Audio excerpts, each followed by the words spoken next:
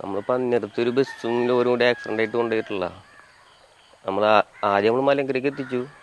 ഒരു 10-12 ആൾക്കാരുണ്ടായിരുന്നു. അതിൽ ഡ്രൈവർ കുറച്ച് ക്രിട്ടിക്കലായ കാരണം നമ്മൾ അവിടുന്ന് മെഡിക്കൽ കോളേജിൽ റെഫർ ചെയ്തു. ആ KSRTC ഡ്രൈവർ മെഡിക്കൽ കോളേജിൽ എത്തിച്ച് നമ്മളൊരു 1:30-2 മണിയാണ് ട്രെയിൻ അവിടെ എത്തുമ്പോൾ. അവിടെ എത്തിയപ്പോൾ നേരെ കാഷ്വാലിറ്റി, ബൈസ്റ്റാൻഡർ ആരും ഇല്ല, ഞാൻ തന്നെ കാഷ്വാലിറ്റി കൊണ്ടുപോയപ്പോൾ അവിടെ ഡോക്ടേഴ്സൊക്കെ ഉറങ്ങാം, ഒരാൾ മാത്രമേ എണിച്ചിരിക്കണുള്ളൂ.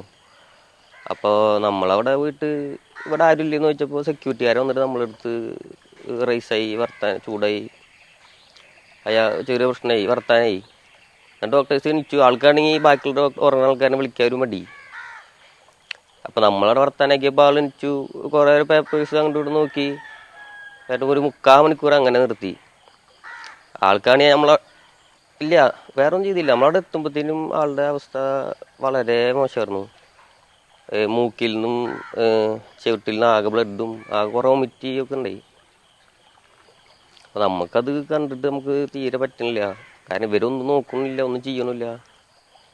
അപ്പോൾ പിന്നെ നമ്മൾ നേരെ അവർ റെഡ് സോണി കൊണ്ടുപോകുന്നു. റെഡ് സോണി കൊണ്ടുപോയിട്ടും അവിടെ വെറുതെ കെടുപ്പന്നെ, ബെഡില്ല എന്ന് പറഞ്ഞിട്ട് നമ്മുടെ ട്രോളിയിൽ തന്നെ നിർത്തിക്കുക അവർ.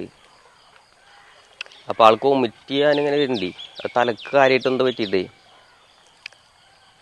അപ്പോൾ അവർ വൊമിറ്റ് ചെയ്യുമ്പോൾ പാത്രം വെച്ച് കൊടുത്തു, വേറെ കാര്യങ്ങളൊന്നും ചെയ്യില്ല. അപ്പോൾ പിന്നെ നമ്മൾ KSRTC ഓഫീസിൽ വിളിച്ചിട്ട് കാര്യം പറഞ്ഞു, ഇവരിങ്ങനെയാണ് കാര്യങ്ങൾ. അപ്പോൾ അവർ പറഞ്ഞു അടുത്തുള്ള ഹോസ്പിറ്റലിലേക്ക് എന്താ ചെയ്തു പറഞ്ഞു. അപ്പോൾ നമ്മുടെ റിസ്കിൽ കൊണ്ടുപോകാൻ പറ്റുവെച്ചെങ്കിൽ അവരെ കൊണ്ടുപോയി നമ്മുടെ റിസ്കിൽ തന്നെ ക്യാഷ്വാലിറ്റി നമ്മളവരെ വർത്താനം ഉണ്ടാക്കിയിട്ട് തന്നെ കൊണ്ടുപോയി. അപ്പോൾ അവർ പറയുന്നുണ്ട് 2 മിനിറ്റ്. അപ്പം ഞാൻ ചോദിച്ചു, ഇയാളുടെ അവസ്ഥ ഇത്ര മോശമായിട്ട് എന്ത് ഇങ്ങനെ ചോദിച്ചപ്പോൾ ആൾ പറഞ്ഞു ഗവൺമെൻറ് ഹോസ്പിറ്റലിൽ എന്താ ചെയ്യാന്ന് ചോദിച്ചാൽ ഡോക്ടർ, അവിടുത്തെ സ്റ്റാഫുകൾ.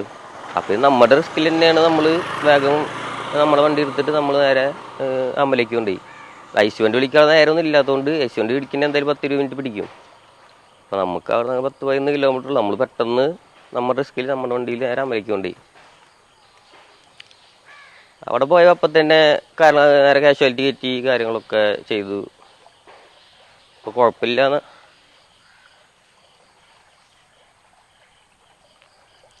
ഇല്ല, അവൻ 3/4 മണിക്കൂറായിട്ട് ഒരു കാര്യം ചെയ്തിട്ടില്ല. അതിൽ മറ്റേ ബ്ലീഡിങ് നിൽക്കാനാന്ന് പറഞ്ഞിട്ടൊരു ഇഞ്ചക്ഷൻ എന്തോ ഒരു മരുന്ന് കയറ്റിയിട്ടുണ്ട്, അല്ലാതെ വേറെ ഒന്നും ചെയ്തിട്ടില്ല. അവർക്കാണെങ്കിൽ ഫുള്ള് ചീരിയും കളിച്ചിട്ട് അവർ നിൽക്കുക.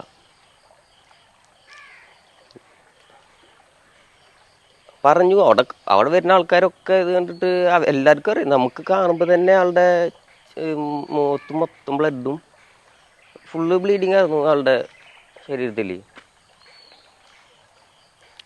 പക്ഷെ അവർക്ക്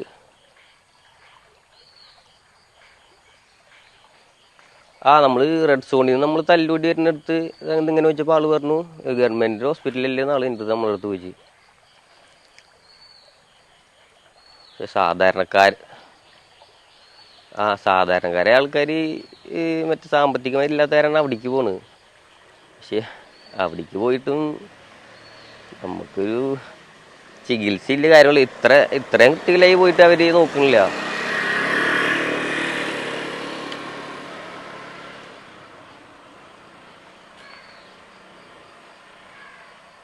നമുക്ക് കണ്ടിട്ട് നമുക്ക് കണ്ണീന്നൊക്കെ വെള്ളം വന്നോടി. കാരണം 3/4 മണിക്കൂറായിട്ട് അവർ കാര്യം ഒന്നും ചെയ്യണില്ല.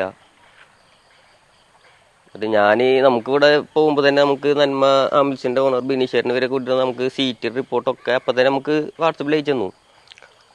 അപ്പം അത്രയും സമയം കളയേണ്ട വെച്ചിട്ട് നമ്മൾ അതൊക്കെ അവിടെ കാണിച്ചു കൊടുത്തു, സീറ്റ് റിപ്പോർട്ട്. പക്ഷെ എന്നിട്ടും ഒരു കാര്യം ഉണ്ടായില്ല, അവരൊന്നും നോക്കണില്ല. പോകുമ്പോൾ തന്നെ ഡോക്ടേഴ്സൊക്കെ ഉറങ്ങാറുണ്ട് നൈറ്റ് ഉള്ളവർ, ആ ഒരാൾ മാത്രമേ എണിച്ചിരിക്കണ്ടെന്നുള്ളൂ. നമ്മൾ അവരെടുത്ത് പോയിട്ട് വർത്താനം പറഞ്ഞപ്പോൾ ഒരു സെക്യൂരിറ്റിക്കാർ വന്നിട്ട് നമ്മളെടുത്ത് ചെറിയ റൈസായി തല്ലോട്ടനൊക്കെ വന്നു. അങ്ങനെ ഒരു വിഷയം. ഏതാ? ഇല്ല, അവിടേക്ക് ഞാൻ ഈ ഡ്രൈവറിനെ മാത്രമേ കൊണ്ടുപോയിട്ടുള്ളൂ. ബാക്കി ഒരു 2-3 ആളെ അമലയ്ക്ക് കൊണ്ടുപോയിട്ടുണ്ട്. ഈ ഡ്രൈവർ നമ്മൾ നേരെ മെഡിക്കൽ കോളേജ് കൊണ്ടുപോകാൻ പറഞ്ഞപ്പോൾ നമ്മൾ നേരെ മെഡിക്കൽ കോളേജ് കൊണ്ടുപോയി. അവിടുന്ന് പിന്നെ നമ്മുടെ റിസ്കിൽ നേരെ അമലയ്ക്കും കൊണ്ടുപോയി. അല്ല, അവരുടെ അടുത്ത് അങ്ങനെ കാര്യം പറഞ്ഞു കൊണ്ടുപോകുമ്പോൾ ഇങ്ങനെ പറഞ്ഞപ്പോൾ അവർ പറഞ്ഞു നമ്മുടെ റിസ്ക് ഒരു കുഴപ്പമില്ല, നമ്മൾ എല്ലാ കാര്യങ്ങളും നോക്കിക്കൊണ്ട് കൊണ്ടുപോയി പറഞ്ഞ് നമ്മൾ നേരെ അവിടെ കൊണ്ടുപോയത്.